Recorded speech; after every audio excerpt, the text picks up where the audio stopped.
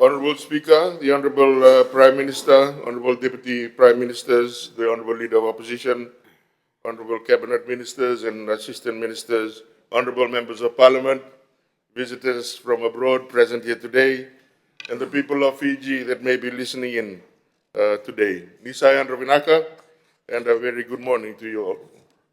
Honorable Speaker, it is my pleasure to provide a statement on one of Fiji's most transformative national initiatives, the rollout of the Universal Service Scheme, or USS, a cornerstone of your government's commitment to digital inclusion and sustainable development.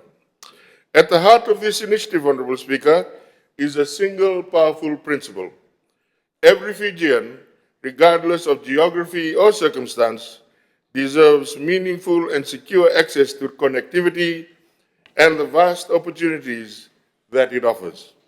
The USS is our strategic tool to bridge the digital divide and realize the goals of our National Digital Strategy of 2025 and 2030, which is based on the targets set out in our National Development Plan and Vision 2050.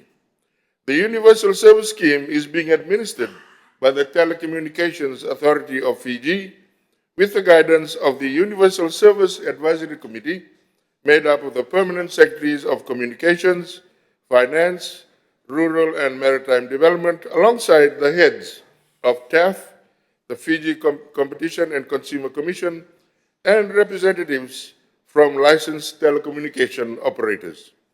Crucially, this work is being done in collaboration with the Ministries of Education, Health, Women, Tauke Affairs, and Disaster Management, bringing a whole-of-nation approach to ensure the scheme remains inclusive and responsive to the diverse needs of our communities. Honorable Speaker, according to the International Telecommunications Union, over 2.6 billion people globally remain unconnected, many of them living in rural and remote areas, just like our furthest rural and maritime communities. It must be said, Honorable Speaker, since the Universal Service Fund was established in 2013, not a single dollar had been deployed for its intended purpose. This inaction represents a missed decade of opportunity during which thousands of Fijians in rural and remote areas remained digitally excluded. We are now changing that narrative. This government is deploying the Universal Service Fund for the first time, and in doing so with precision, innovation, and urgency. The TAF, in collaboration with the Ministry of Tauke Affairs and other stakeholders, has used a data-driven framework to verify previously declared 240 universal service areas, remote communities where the service providers had little incentive to invest. Survey, socioeconomic profiling, and community consultations informed this process. The framework prioritized areas based on remoteness and terrain, population clusters, income levels, proximity to health centers, schools, and economic activity, and disaster risk and recovery needs. This ensures that the USS is not just equitable, but tailored to address the unique context of each of these 240 areas. Honorable Speaker, we are not stopping at these 240 communities. TAF continues to work with stakeholders to identify any and all of the remaining communities that are currently not covered. I thank the communities who have reached out directly, and these have been sent to TAF for verification and will be added to this program. Honorable Speaker, we are exploring new and emerging technologies that are being introduced which can best assist in our efforts and to ensure resilience in our digital connectivity and digital transformation journey. This was further emphasized during the communications blackout experienced by the volcanic eruptions in Tonga in 2022. The International Telecommunications Union highlighted the growing role of low Earth orbit satellite technologies, or LEO, in bridging connectivity gaps in hard-to-reach areas and disaster-prone areas. We responded by establishing an enabling policy environment to welcome new satellite technologies, and today we are reaping the benefits. As part of our due diligence in November 24, TEF conducted live demonstrations of Starlink's low Earth orbit satellite solution across multiple terrains in Fiji. The results were decisive. The solution performed reliably and consistently, particularly in the rugged and dispersed geography of our islands, as you well know, Honourable Speaker. This enabled TAF to adopt a satellite-based managed Wi-Fi model for immediate deployment to underserved areas. Honourable Speaker, in the first deployment phase, we will cover 126 out of 240 sites with the following distribution: 36 sites in Katavu, 36 sites in Lau, 15 sites in Lomaiviti, 13 sites in Namosi, 2 sites in Wasa, and 24 sites in Tailevu. And I wish to emphasize, sir, I had no say in the selection of the sites, just to be clear. This is a deliberate strategy, Honourable Speaker, focusing on areas with the greatest connectivity gaps and where the impact will be most transformative.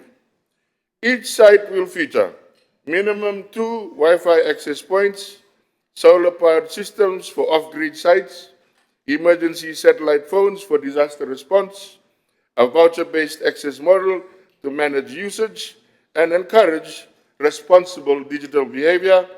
These systems are energy efficient, modular, and technology neutral, allowing for future upgrades or backhaul replacements without overhauling infrastructure. Honourable Speaker, we are not just delivering technology, we are investing in our people. Through the Smart Hands model, we are training our young Fijians in these communities to serve as first responders for system troubleshooting and maintenance. Women's groups and cooperatives will be empowered to manage these voucher systems, enhancing financial inclusion, local accountability, and also economic opportunity through MSMEs. This will ensure community ownership, which is key to long-term success and sustainability. Honourable Speaker, Phase 1 of the USS will directly benefit 11,300 Fijians, individuals who up till now had little or no access to internet or reliable voice services. For these communities, connectivity means a child attending and participating in virtual classes, a grandparent being able to video call their grandchildren overseas, a nurse accessing specialist support from Suva via telemedicine, a fisherman checking real-time weather and tide forecasts, and a small business owner reaching new customers online. Honourable Speaker, this is not just connectivity, this is empowerment. Honourable Speaker, let me share a critical insight.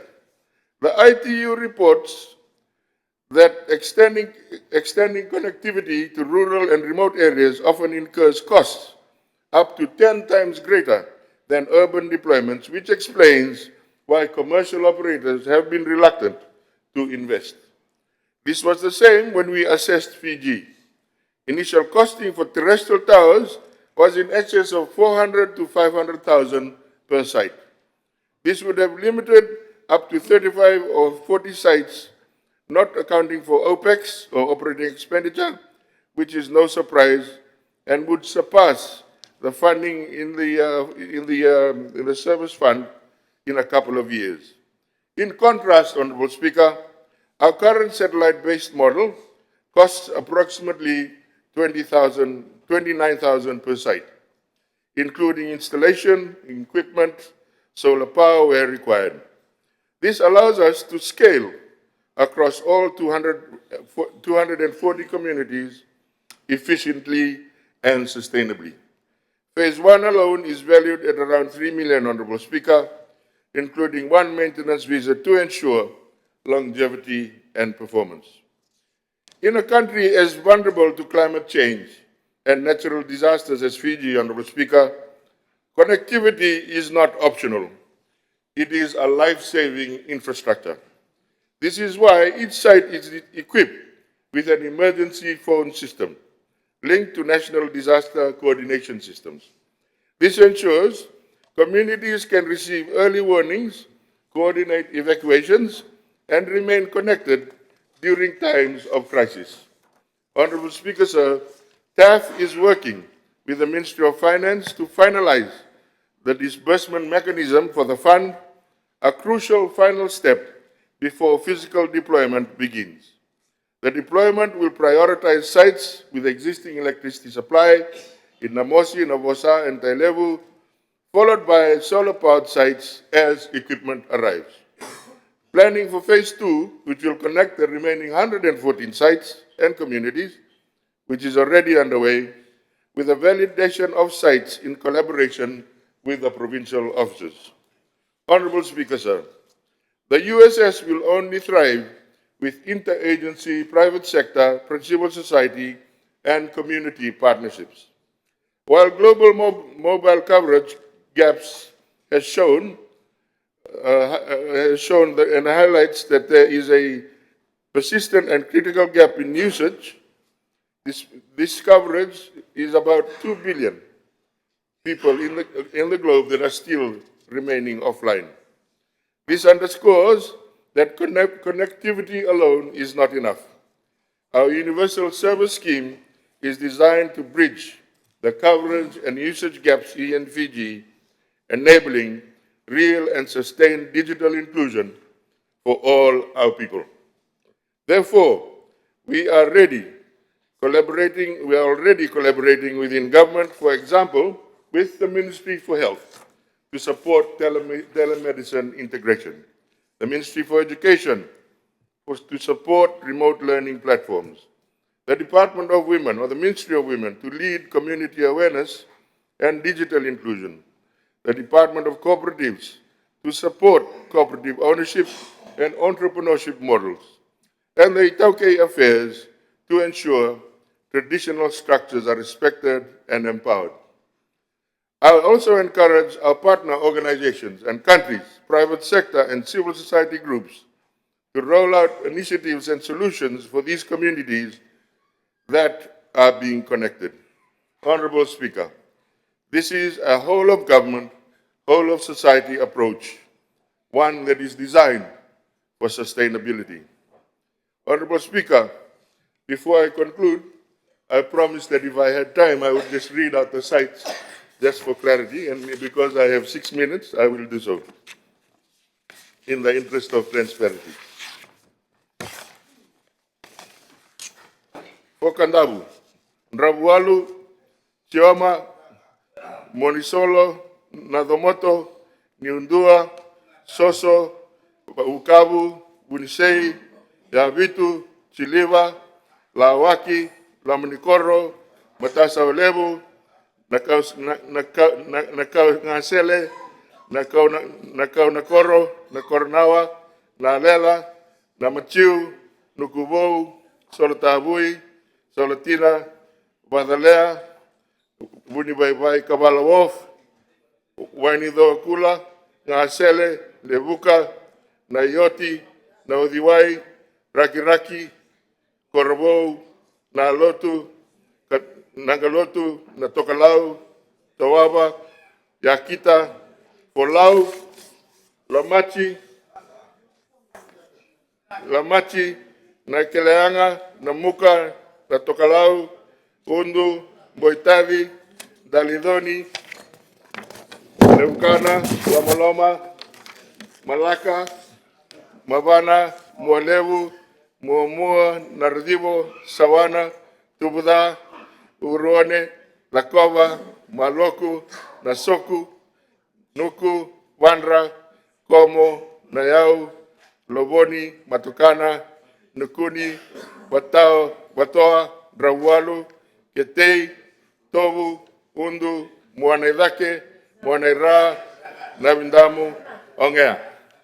Ola mai viti, Batiki, Kande, Mundu, Nakondu, Namadu, Nairai, Nawaikama, Sawayeke, Somosomo, Yandua, La Miti, Lakanai, Malawai, Nadabanandi, Wanwaso, Namosi, Narukunimbua, Nasingatoka, Nuku, Waiwaka, Namosi, Waiwaka, sorry, that's in Lomebiti.